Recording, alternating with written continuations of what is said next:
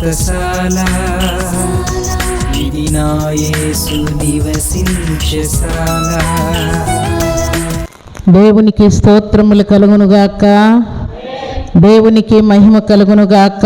దేవుడు నాకు చూపించిన దర్శనం ఏంటంటే, ఒక చెరువు లేక ఒక సముద్రము, ఒక నది దగ్గర నేను నిలబడుకొని ఉన్నాను. నాకు అర్జెంటుగా ఓ చెంబు నీళ్ళు అవసరమైంది. ఓ చెంబు నీళ్ళు నాకు కావాలి. చెంబు నా ఎదుటే ఉంది, కానీ నేను దాన్ని అందుకోలేకపోతూ ఉన్నాను. అది నీళ్ళ మీద ఉంది ఆ చెంబు. నేను లోపలికి దిగలేను, నీళ్ళకు భయపడుతూ ఉన్నాను. చెంబు ఏమో నాకు కావాలి. అప్పుడు ప్రభువా, చెంబు నాకు కావాలి, ఆ చెంబు ఏమో నీళ్ళ మధ్యలో ఉంది, అది నాకు ఎప్పుడు దొరుకుతుంది, ఏం కథ అని నేను దేవుని సన్నిధిలో ప్రార్థన చేస్తూ ఉంటే, దేవుడు అటు చెంబు ఇటు సైడ్ ఉంది, అటు సైడు నీళ్లను ఇట్లా కదిలించాడు. బెతస్దా కోనేరును ఎలాగున కదిలించాడో దేవుడు పరిశుద్ధ గ్రంథంలో, అలాగున ఆ చెంబు ఇటు ముందుకుంటే వెనక సైడు దేవుడు నీళ్ళు ఇట్లా కదిలించాడు. కదిలించేసరికి ఆ నీళ్ళ కదిలికకు చెంబు నేరుగా నా దగ్గరకు వచ్చేసింది. అప్పుడు నేను ఆ చెంబు తీసుకొని నాకు నీళ్ళు కావలసినటువంటి నా అవసరత నేను తీర్చుకున్నాను.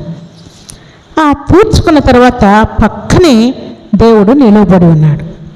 అప్పుడు నేను దేవునితో, ప్రభువా మీరేంటయ్యా ఈడ నిలబడుకొని ఉన్నారు అని నేను దేవునితో మాట్లాడుతుంటే, దేవుడు అన్నాడు, ఈ మీటింగ్ అవసరత ఈ చెంబు నేరుగా నీ దగ్గరికి ఎట్లా వచ్చిందో అట్లా అనేకమైనటువంటి అర్పణలు నీ దగ్గరకు వస్తాయి. నేను చెప్పిన మాట ప్రకారం ఆ మీటింగ్ జరిగిపోతుంది అని దేవుడు ఆజ్ఞాపించాడు. ఆ రోజు రాత్రి ఒక సహోదరి నా దగ్గరకు వచ్చి, మా దేవుడు ఈ అర్పణలు తీసుకురమ్మని నాకు చెప్పాడు, అందుకని తెచ్చాను. ఏమేమి తెచ్చావమ్మా అంటే, ఆమె నాకు చెప్పినటువంటి సంగతి ఏంటంటే, బెల్లం తీసుకురమ్మన్నాడు, బ్యాళ్ళు తీసుకురమ్మన్నాడు, పిండి తీసుకురమ్మన్నాడు, ఈ 3 సమానంగా తీసుకురమ్మన్నాడు. అందుకని 3 సమానంగా 3 మూటలు తెచ్చానమ్మా, తండ్రి కుమార పరిశుద్ధాత్మ నామంలో తీసుకొచ్చాను అని ఆమె నా దర్శనంలో అక్కడ పెట్టి ఆమె వెళ్ళిపోయింది. అప్పుడు నేను దేవుని సన్నిధిలో, ప్రభువా ఏం భోజనం పెట్టాలని ఆమె 3 మూటలు తెచ్చింది అని దేవుని సన్నిధిలో ప్రార్థన చేస్తే, నేను చెప్పినట్టుగా నా పిల్లలు భక్ష్య భోజనము తిని వెళ్ళాలి నా సన్నిధిలో అని దేవుడు సెలవిచ్చాడు. ఇప్పుడు జనాలందరికీ ఏం చెప్పాలంటే, ఆమె ఎలాగున 3 మూటలు తెచ్చిందో ఎవరైనా సరే 3 మూటలు తీసుకురావాలని చెప్పు.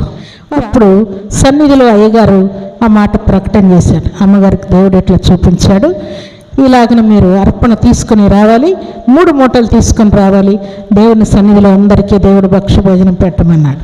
అప్పుడు 1000 మంది పైన వస్తారు. భక్ష్య భోజనం అంటే ఎట్లా పెట్టేది, పప్పనం చేయడం అనుకున్నారా అంటూ ఉన్నారు. ఎంత చేయాలంటే 50 కేజీలు చేయమని దేవుడు ఆజ్ఞాపించాడు. కుర్చీ దగ్గరే 10 పొయ్యిలు వరుసగా వేయండి, ఒక్కొక్క పొయ్యి దగ్గర 3 కూర్చోబెట్టండి, రాత్రి కూర్చోండి, తెల్లవారుసరికి అయిపోతుంది అని దేవుడు ఆజ్ఞాపించాడు. ఆ మాట ప్రకారం ఇంటింటికి 3 కేజీలు పంపించి 3 కేజీలు ఆ భక్ష్యాలకు కావలసినటువంటి సమస్తాన్ని సిద్ధపరచుకొని మీరు తీసుకొని రావాలని పంపించాం. అప్పుడు వేరే ఊరి నుండి కొంతమంది వచ్చి అందరూ రాత్రంతా కూర్చొని తెల్లవారుజాము 5 గంటలకు పని అయిపోయింది. అప్పుడు దేవుడు సంతోషపడిపోయి నా ప్రజలు తృప్తిగా భక్ష్య భోజనము తిని వెళ్ళాలని ఆజ్ఞాపించాడు. దేవుని సన్నిధిలో నేను మీకు చెప్పే మాట ఏంటంటే, దేవుడు మీకు ఏది చూపిస్తే, ఏది తెలియజేస్తే దాన్ని నమ్మండి, హృదయపూర్వకముగా మీరు నమ్మండి. నిశ్చయముగా దేవుడు ఆ కార్యాన్ని చేసి చూపిస్తాడు. నా ప్రక్కలో దేవుడు ఎలాగో నిలబడి ఉన్నాడో, మీ ప్రక్కలో కూడా దేవుడు అలాగో నిలబడి మీ కార్యాలు సఫలం చేసి మిమ్మల్ని సంతోషంతో ఉంచాలని, సమృద్ధితో ఉంచాలని, మీ దప్పిక తీర్చాలని, మీ నష్టాలన్నీ లాభాలుగా మార్చాలని, దేవుని కొరకు మీరు మహిమ తెచ్చే పాత్రలుగా ఉండబోవాలని దేవుడు కోరుకుంటున్నాడు.